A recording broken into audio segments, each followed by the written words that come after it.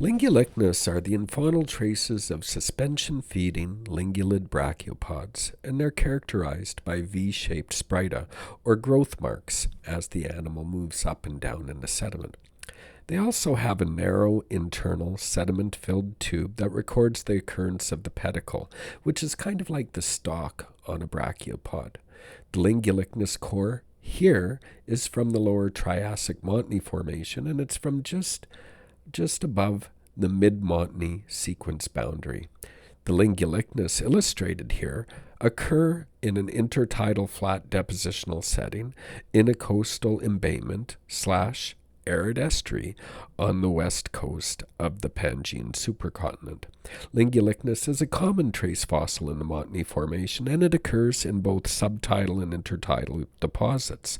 Its abundance in the Montney Formation reflects the ability of lingulid brachiopods to survive different stresses, such as lowered salinity, increased salinity, increases in water temperature, and moderate oxygen restrictions. Looking at the trace fossil here, what you can see is the space where the animal lived. And the animal lived in the spot here and here and moved up and down through the sediment. And that's why you have this record of their passage behind them. Again, we have sprida. You must be getting used to looking at sprida. This is the internal sand-filled tube that marks where the pedicle was. And that pedicle trails in behind the brachiopod.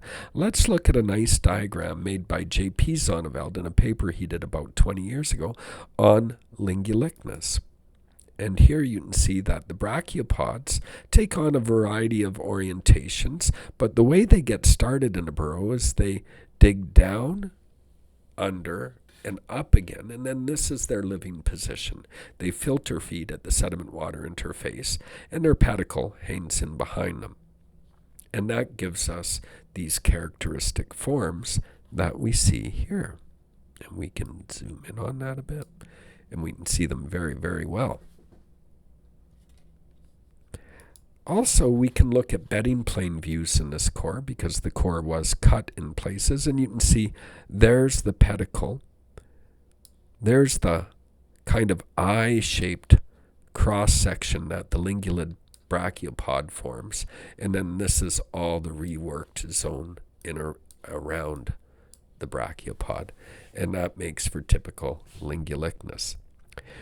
Often it is confused with Rosellia and Cylindrichnus, and that mistake happens routinely because there are similarities in how the trace fossil looks, right?